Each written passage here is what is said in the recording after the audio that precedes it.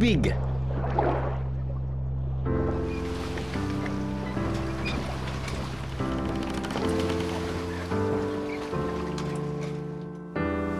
Pumapalibot sa buong Pilipinas.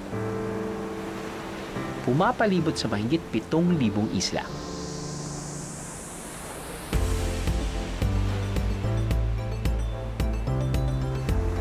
Mahigit sa 40 sa mga islang ito ng Pilipinas ay matatagpuan dito sa Dinagat Group of Islands o Dinagat Islands for short.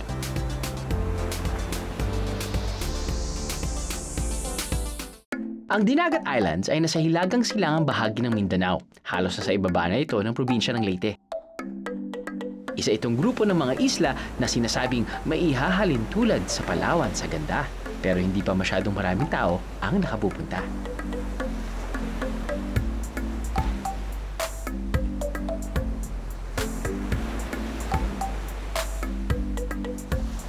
Iba't ibang rock formation ang makikita rito na nagkukubli sa mga natatanging white sand beaches.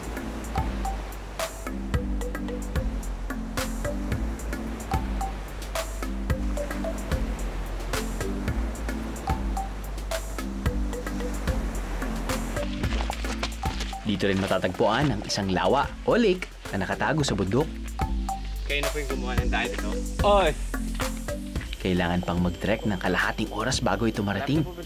Pagod at pawis ang puhunan, pero kapag iyong nasilayan.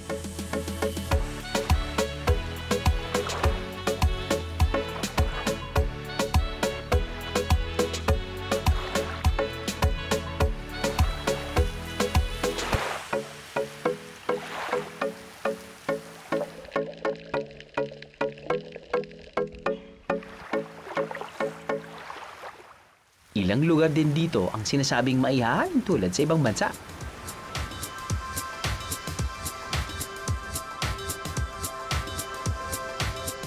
So, nandito tayo sa tinatawag nilang Maldives ng Surigao.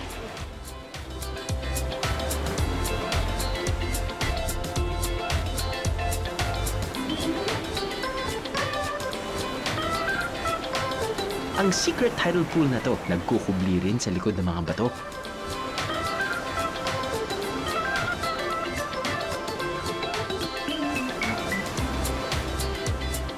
Di lamang yan ang mga natatagong ganda ng Dinagat Islands dahil kung sisisirin ng tubig. Malalaman nyo rin ang iba pa nitong kayamanan.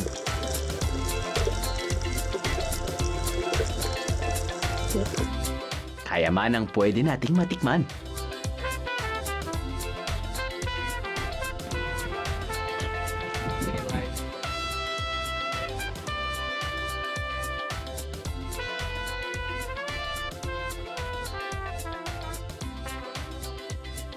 Isa ang Dinagat Islands sa mga lugar sa Pilipinas na naghihintay lamang ng dayuhan nyo, Bieros. Maglaan ng hanggang 3 araw para malibot ito. Pero kung wala pa kayong oras o budget, hayaan nyong ilibre ko kayo. Get ready to get wet sa Dinagat Islands.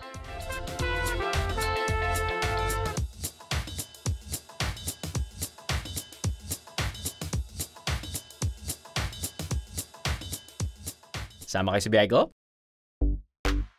Parte ng Caraga Region ang probinsya ng Dinagat Islands. Ito ang Region 13 na kasama ang Agusan del Norte, Agusan del Sur, Surigao del Norte at Surigao del Sur. Sa rehiyon, ito lamang ang nag-iisang island province. Mula Maynila, lumipad kami patungong Butuan Airport.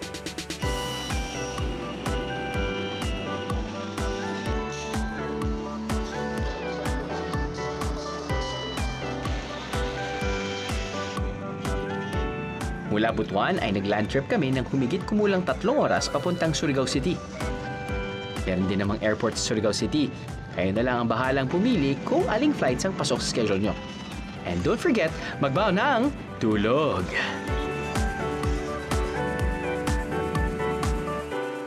Ang Surigao City Seaport ang gateway to Dinagat Islands. Mula rito, may mga bangka na maaaring maghatid sa inyo papuntang isla. Or better yet, kumuha ng group tour for around 2,000 pesos per head para iwas hassle. Mula sa Surigao Port ay maaari nang pumunta sa iba't ibang bayan ng Dinagat Islands. Ang unang destinasyon natin, ang Bitaog Beach.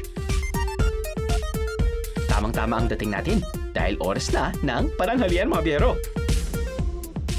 At ano pa nga ba ang masarap kainin tuwing nagagawi sa mga magagandang isla? Seafood, of course! Tamang-tama, nandito ka. Niluluto ka? Oo, meron ako niluto para sa'yo dito. Yan. Ito yung tinatawag namin na bugatan. Bugatan. Yes, mabigat. Mabigat. Bugatan shell. Nakukuha to somewhere between siguro mga 20 meters or 15 meters or something sa ilalim ng dagat. Oo. Believe it or not, hindi nilalagyan ng asin yan. Hindi Wala ka pala. nilalagay. Galing na sa tubig alat. Opo, tubig na lang matabang. Tapos lalagay mo tong tanglad. Ilang minuto yan? Siguro you'll have to let it boil for 3 minutes and that's it. Okay na yan. Oo, okay na siya. Tapos dito naman, meron tayong tinolang isda. Tama, clear na clear kasi fresh na fresh. Ayos. Ano kasi? Marlin po. Marlin. Oo. Ano yan? Dito lang po ba nahuhuli yan? Opo, O, dito lang. Oo. Kasi season ngayon ito eh. ng Marlin? Oo, Marlin. Meron tayong, Kanin. hindi, paksiw na Paksiw. Marlin with talong. Di ba? Parang merong cooking show, no? Meron ka siguro cooking show. Hindi naman. Natural Mahilig lang. Mahilig lang. May papakita pala ako sa'yo. Ewan ko lang kung nakatikim ka na nito. Kung titingnan mo siya, bato lang siya eh. Pero shell siya. Martilyo. Bato, pero shell. Nakatingin ka na ba nito? Hindi pa, ano yan? Ito yung tinatawag namin na bilat bato. Bilat bato. Oh. Hindi siya bato.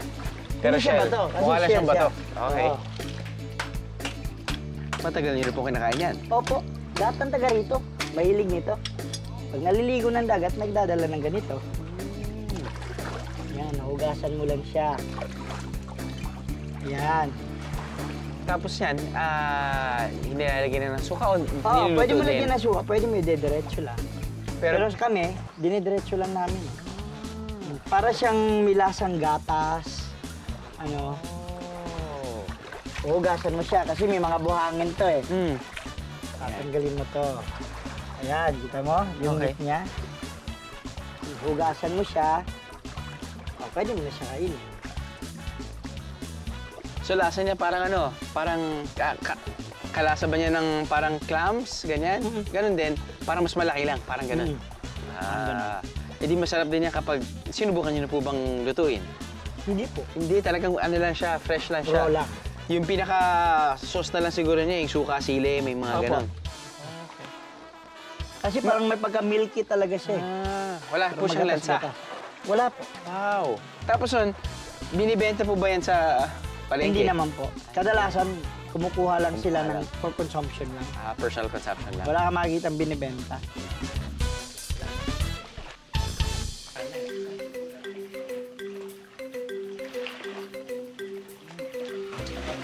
Mas marami siyang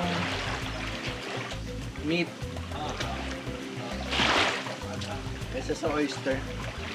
Yung oyster parang pag kinain mo, boom, puro liquid na siya eh. Masarap naman to So, kasi mas sa marami oyster. siyang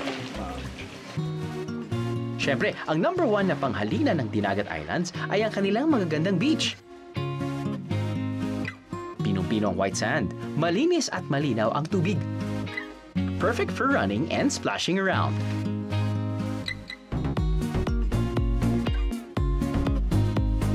At kapag nagutom na kayo sa katatakbo sa dalampasigan o sa kapapanood ng mga tumatakbo sa dalampasigan, oras na para kumain. Kanin pa lang, masarap na. Ito, interesado ako dito. Sagana kayo dito sa, ano, no? Sa isda Sa po. isda. Ah, Oo, bro. Opo, local fish po yan lahat. Pero dito kayo nakatira? O Opo. parang, ito lang yung pinupuntahan nyo ba every weekend? O Dito po yung, Ito talaga dito yung- natutulog minsan sa bahay doon. Mm. Kaya sa San Jose, meron din doon sa asawa ko. Oo. Depende lang. Pag gustong mag-chill-chill, dito. Chill-chill, no? Oo. Eh, ang ganda-ganda ng lugar niyo dito. Maganda yung buhangin, malinis yung tubig. Oh, speaking of buhangin, yung buhangin kasi namin, napansin mo, sobrang pino. Mas pino pa sa white sugar eh.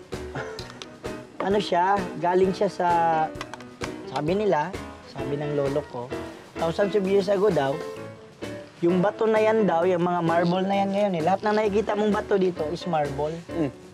Before daw, naging limestone pa daw siya, marupok. Eto daw yon. Correct. Oo, tsaka nagko-constant shed off din. Correct.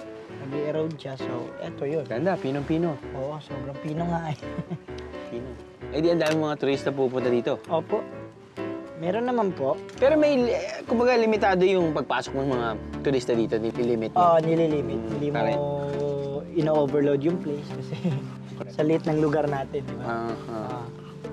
Pero ano yung ino-offer niyong pagkain? Ganito rin, malamang. Oo, ganito rin. Namimili Basic sila lang. o... Ito, hindi basic na yan eh. Ano na yan eh? Fiesta na rin yan eh. Basic lang sa amin to eh. Hindi naman sa namimili. Kaso, pag pumupunta sila dito, kasi galing nga sila ng syudad, di ba? Pagpunta dito, isda talaga hinahanap nila. Tama naman. Eh sabi nila, yung isda raw rito, iba raw yung lasa kasi fresh na fresh eh. Tama. Mga taga rito, hindi kumakain ng isda na kahapon. Yung galing sa ref, wala, hindi kumakain yung mga tao dito. Kailangan yung bagong huli talaga. May laban.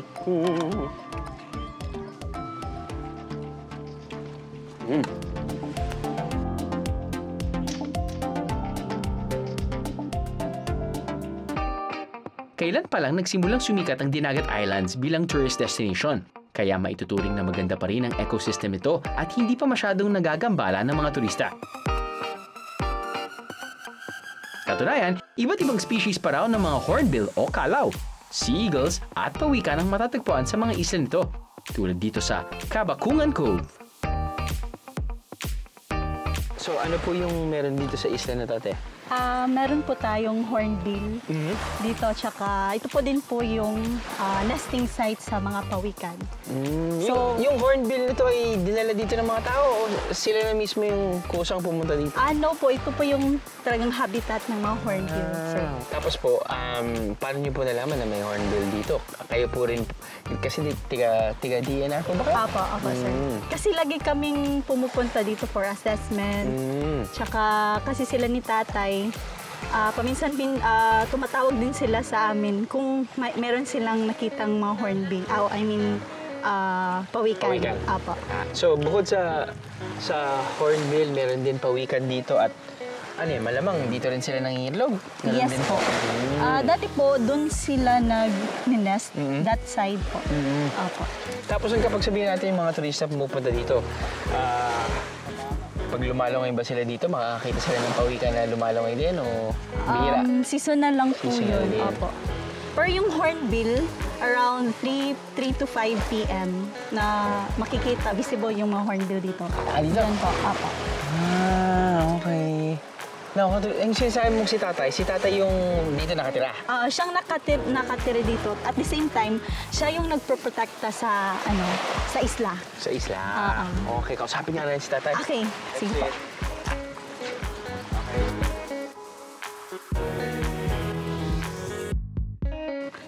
Mayong hapon, Tay. Napadaan lang po kami dahil nabalitaan po namin may mga dumadalaw dito na maibon, yung hornbill. Opo, pati yung pawikan din. Oo, pero every 5 years to 10 years. At tapos pag itlog, babalik dito bang 5 years. 5 years. 2014, and then you have to count to 14, 15, 16, 20. Babalik po. Marahil isang dahilan kung bakit hindi pa masyadong maraming turista ang dumarayo rito ay dahil medyo challenging puntahan ng ilang atraksyon dito, tulad ng Lake Bababu.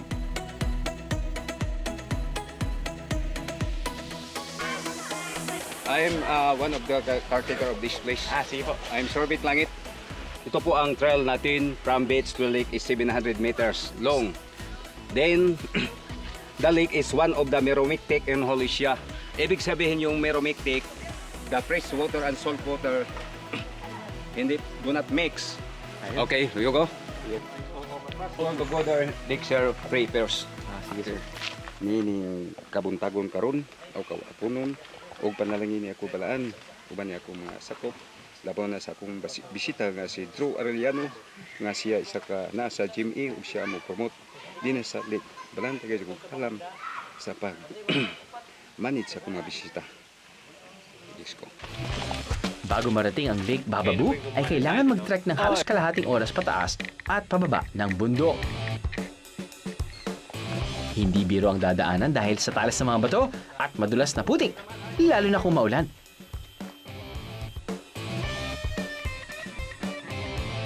Pero pagdating mismo sa lake, mapapawi lahat ng pagod. Sulit na sulit dahil sa ganda ng paligid at linaw ng tubig.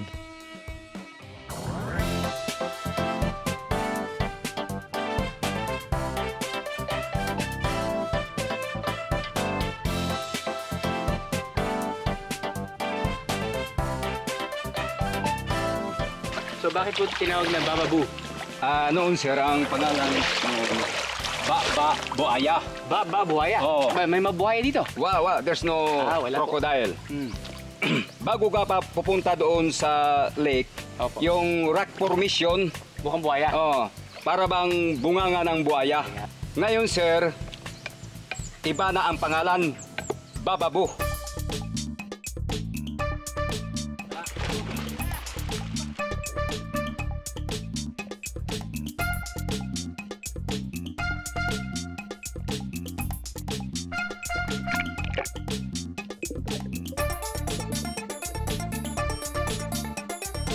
Sa ilalim ng tubig ay may cave system down na umaabot sa mahigit 2,200 feet o 650 meters ang haba.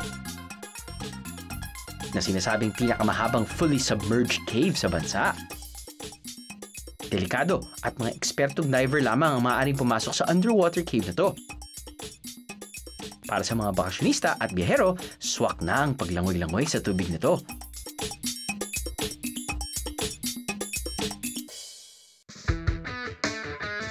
Kukunti pa lamang ang mga resort sa Dinagat Islands dahil karamihan daw ng pasyal dito ay day trip lamang at bumabalik naman ang mga bisita sa Surigao City pagsapit ng gabi.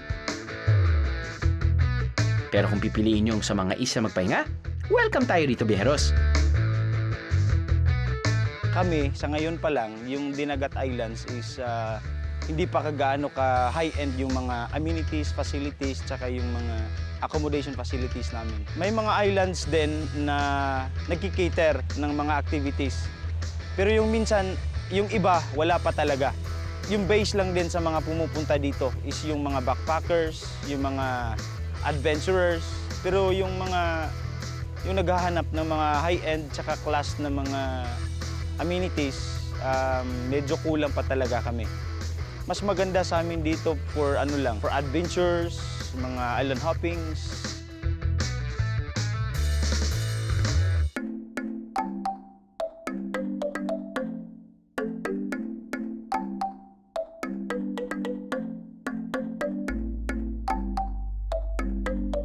Malaki. Kakaiba din yung setup nyo dahil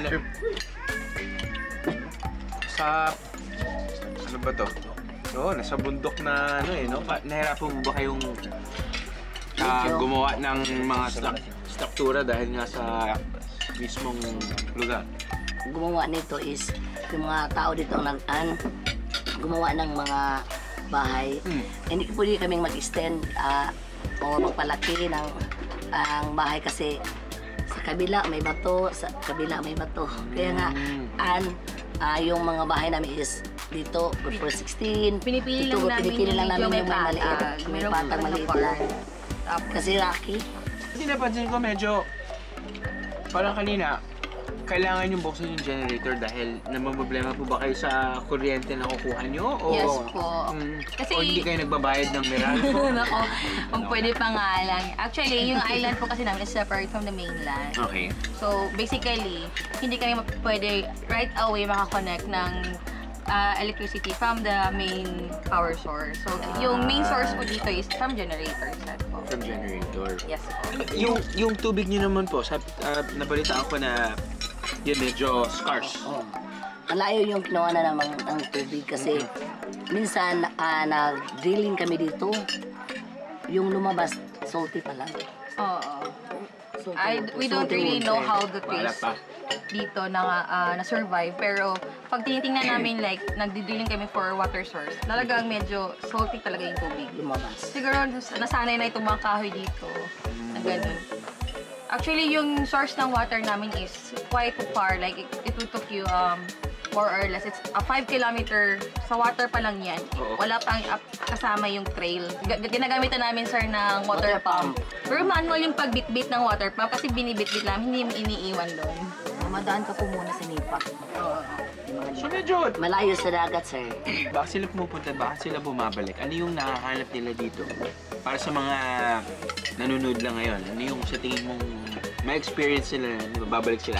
Pag pumunta sila dito, sir, parang 2-in-1 na package sa amin. Kapag doon ka sa shoreline, ma-feel mo na andun ka sa dagat. Kapag doon ka naman sa hotel sa likod, parang andun ka sa kita ng forest. Kasi ang nakapaligid ng mga malaking kahoy. Ever since hindi kami May may flying lemur dito. Then sometimes Flying may nakakita din tarsier. Tarsier.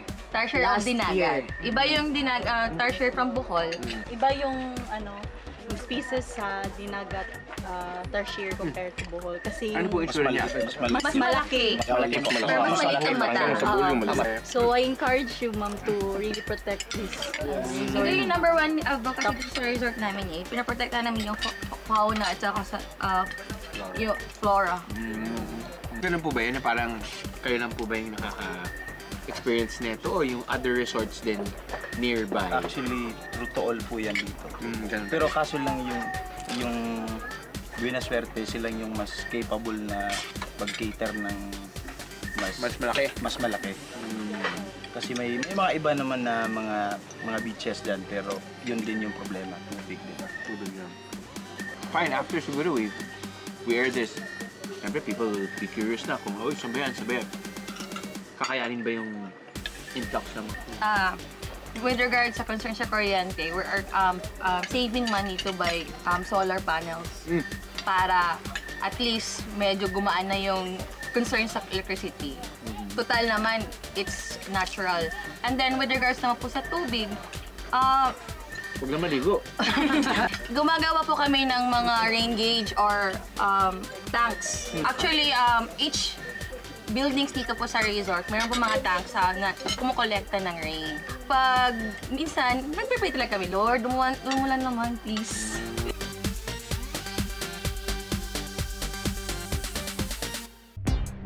Ayon sa isang alamat, nagmula raw ang Dinagat Island sa pagmamahalan nina Prinsesa Dina at Prinsipe Gat. Nang salakay ng mga tulisan ang kanilang isla, ay parehas na tumalon sa tubig ang dalawa. At mula roon ay umusbong ang dalawang isla na tinawag nilang lalaking bukid at babaeng bukid.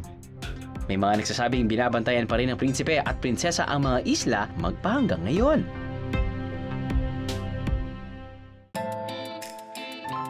Sa munisipalidad ng Libho, marami pang ibang paraan para ma-enjoy ang tubig ng Dinagat Islands.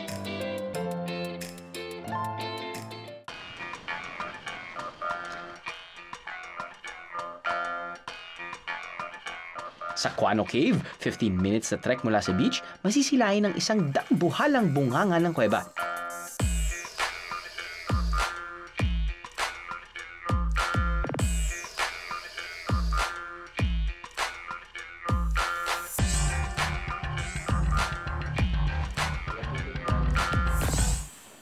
Sa loob nito ay may malamig na freshwater pool kung saan pwedeng maligo.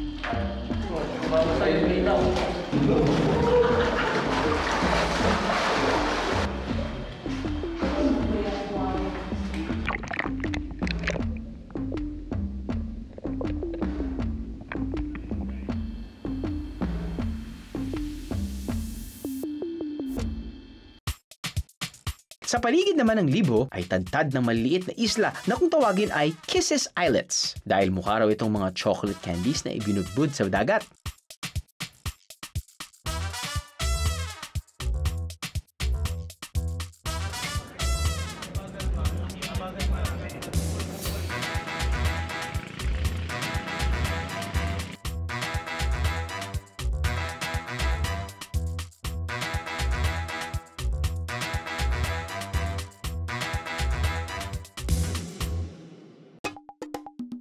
Maaring madaanan ng mga munting islang ito patungo sa isa sa secret hideaways ng Dinagat Islands, ang Pangabangan Island at ang natatangay nitong tidal pool.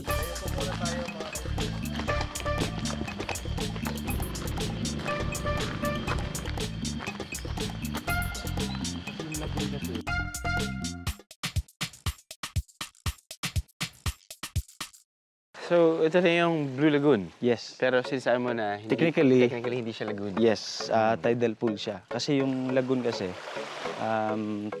trap water siya. It's either sandbar or mangroves. Pero ito kasi, reachable siya ng tide. Gaano kalalim yun? Yung Wala pa kaming technical data sa office namin. Pero malalim din yan? Malalim din yan. Malinaw lang talaga yung tubig, no? Kasi naalala ko nung last time kami pumunta sa Surigao del Sur o Surigao del Norte. Ang gaganda ng mga lagoons or yung mga still water. Pero ang kinakatakutan ng mga tao, yung mga dikya. Dahil nga hindi masyadong maalon, nandun sila. Meron din. Dito so far wala naman. Meron kaming yung sinasabi mong may dikya. Si trap yung water. Kung trap yung water, probably mainit yung tubig. Yun yung so, hinahanap nila? Yun. Kasi doon sila nagpaparami.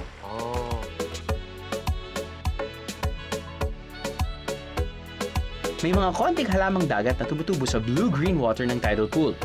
Ang lalim nito, saktong-sakto lang para sa quick dip and dive. At dahil hindi tuluyang nakabukas sa dagat, hindi gaanong malakas ang alon dito sa loob. Kalma lang, banayad lang.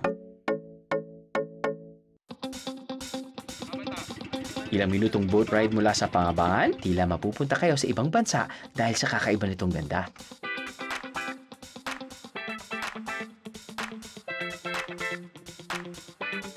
So, nandito tayo ngayon sa tinatawag nilang Maldives ng Surigao.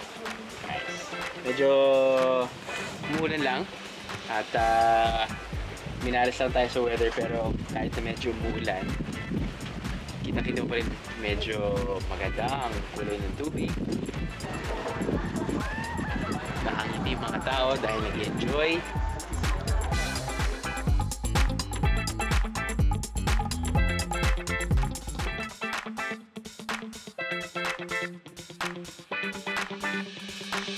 Iba't ibang activity ang pwedeng gawin sa Maldives of Dinagat, tulad ng water basketball,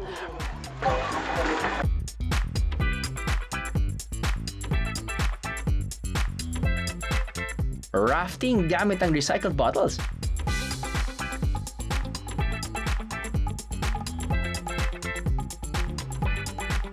surfboarding,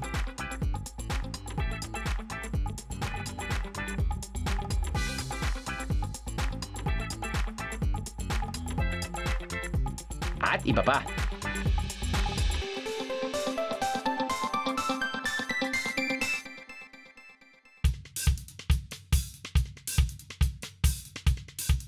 Dito natin matitikman ang saang, ang shellfish na may matigas na pangkawit.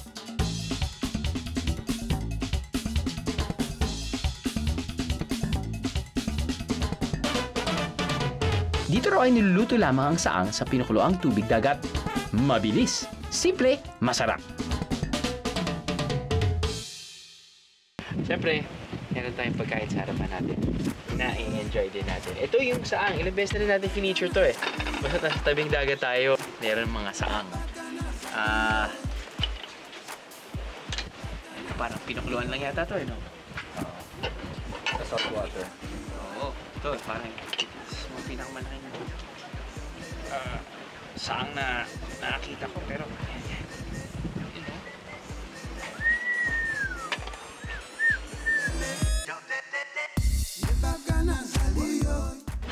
naalala ko yung lasa na ito, yung saang na ito. Parang alam mo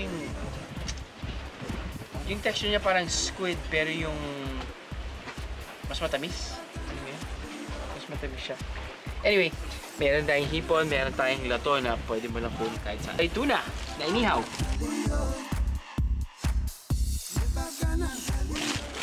Tuna.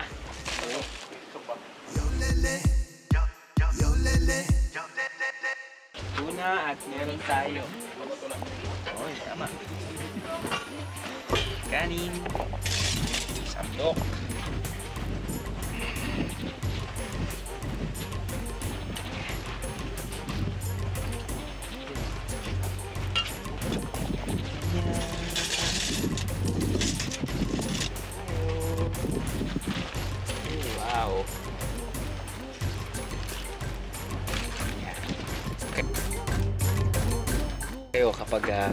kumain kayo ng isda at kayo yung unang pupunta doon sa isda, ano yung anong part yung titirahin nyo? Ako usually, ito yung part na titirahin. Yung batok, tama.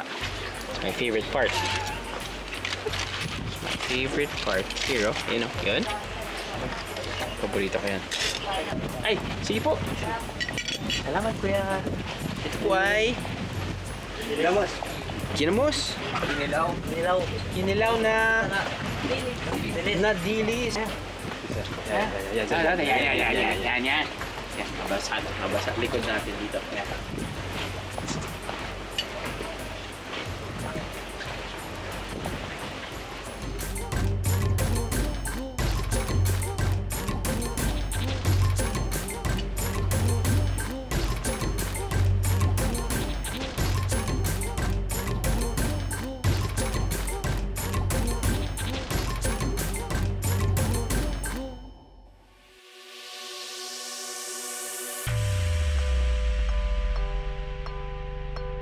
Talagang hindi maubusan ang magagandang water attractions at beaches dito sa Dinagat Islands.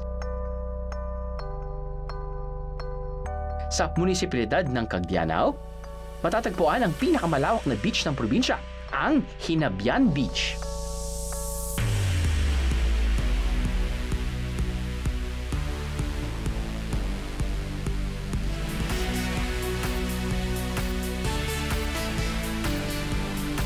Pero bukod sa yamang dagat na pinakikinabangan ng mga taga dito, isa pang hanap buhay na ipinagmamalaki nila ay ang paggawa ng mga salakot.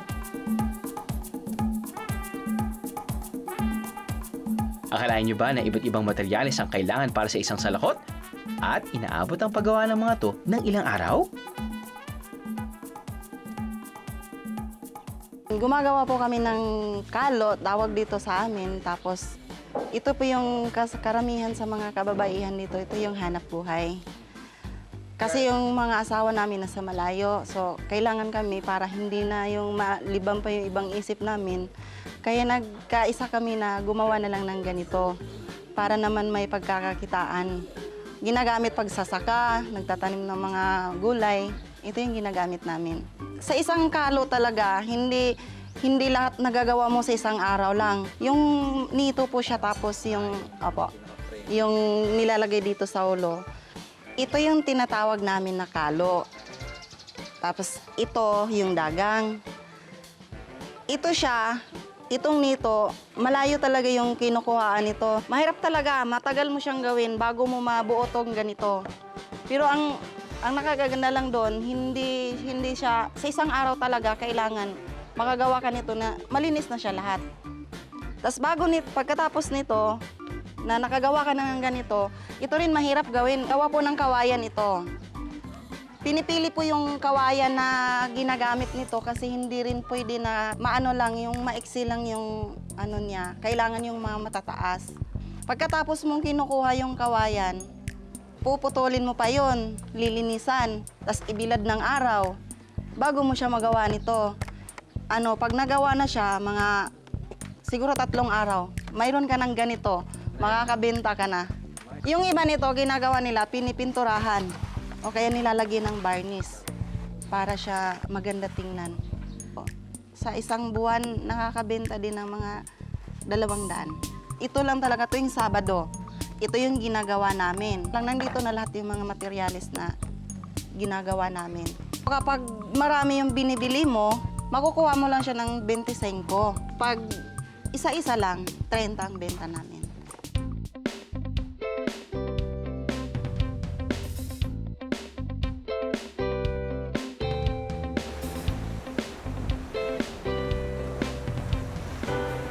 Dinagat is a mystical island. Kasi maraming magagandang tanawin na makita mo dito. From ridge to reef. Meron po tayong mga waterfalls, caves, beaches, and beautiful rock formation. So that's the reason why it is mystical island. Yung Dinagat Islands din kasi bago pa kami sa tourism industry. Hindi nga namin maalala kung kailan talaga nag-rise talaga yung tourism industry.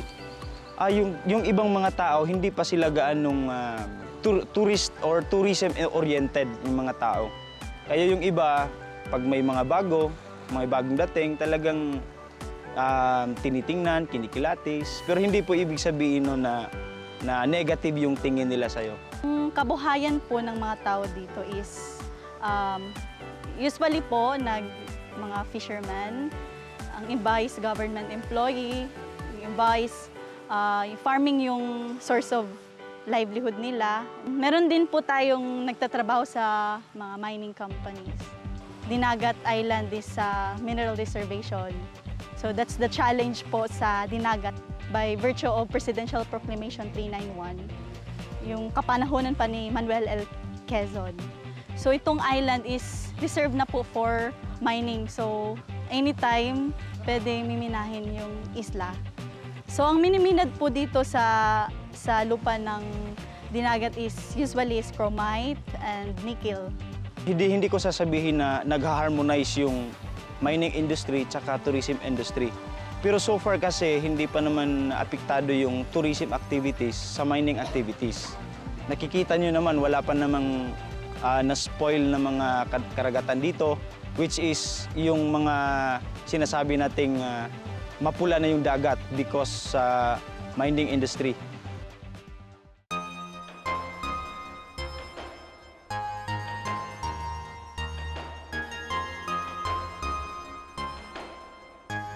Ang Dinagat Islands ay isang probinsyang may magandang hinaharap sa industriya ng turismo. Iba't iba ang atraksyon kada isla at sa ating mga napuntahan at nakita, buhay na buhay ang kalikasan. Ang tubig na pumapalibot sa mga islang ito, siya na rin nilang ginagawang puhunan, pang-akit at kasangkapan. Kung titingnan sa mapa, tubig ang naghihiwalay sa mga isla. Pero para sa mga taga-Dinagat Islands, ang tubig din ang nagsisilbing tulay nila tungo sa kaunlaran.